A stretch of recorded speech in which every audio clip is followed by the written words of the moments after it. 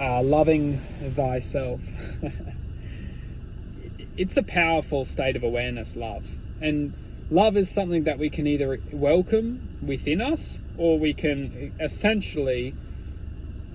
Love is the heart. Love is not just the heart, but it's the essence of which the heart beats.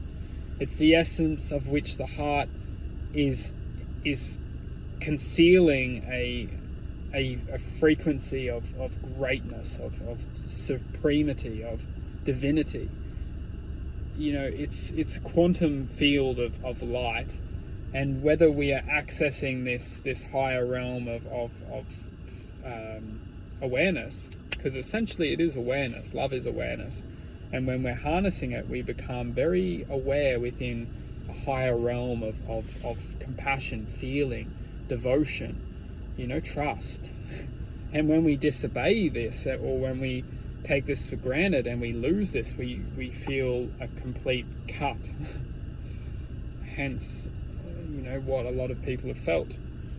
So learning to love thyself is essentially learning to bring a sense of compassion and respect into our lives, because we already have the love, although we might have been misled to think that we don't, or we may be misled to think that this love doesn't belong to us and it belongs to other people, and if they want to give it to us, then we can have it, or this world's cruel and it doesn't have love, or all this false information that our mind is sending to our awareness to keep us in a state of hatred or a state of anger.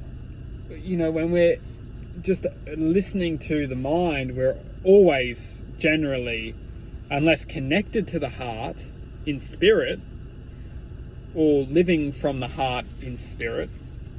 When I mean spirit, I mean expressing the self with love, happiness, devotion from the heart. We can then link our minds to the heart and use our minds in a positive way, although we always have to watch out for the minds, because the minds will always deceive and manipulate our awareness to try and cut the love, because it knows how powerful this love is of liberating the soul.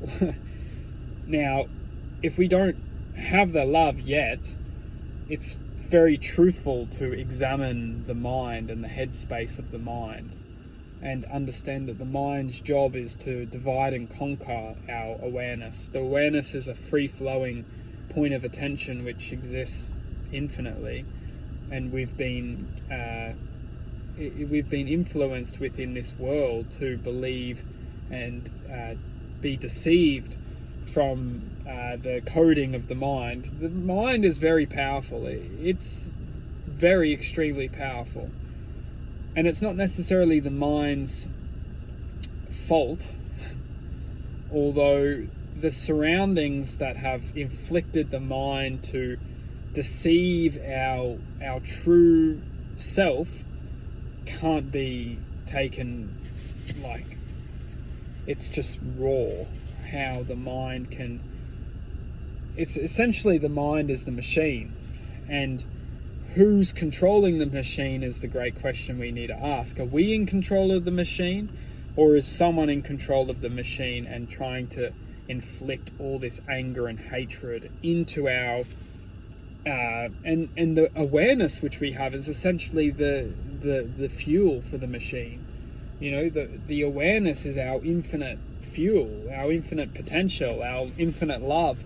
It's infinite. It's not necessarily infinite love, but it's the essence of awareness. And this awareness is being harnessed by the mind, the machine, to produce either fear, stress, worry, or when we're not fueling these emotions, we're entering a state of elevation where we're becoming higher than the machine, and we're not operating to serve these lower realms of awareness. We're actually serving a higher truth, or a higher essence of existence, which comes from the heart. The heart is generating a higher sense of forgiveness, compassion, love, generosity, devotion, truth.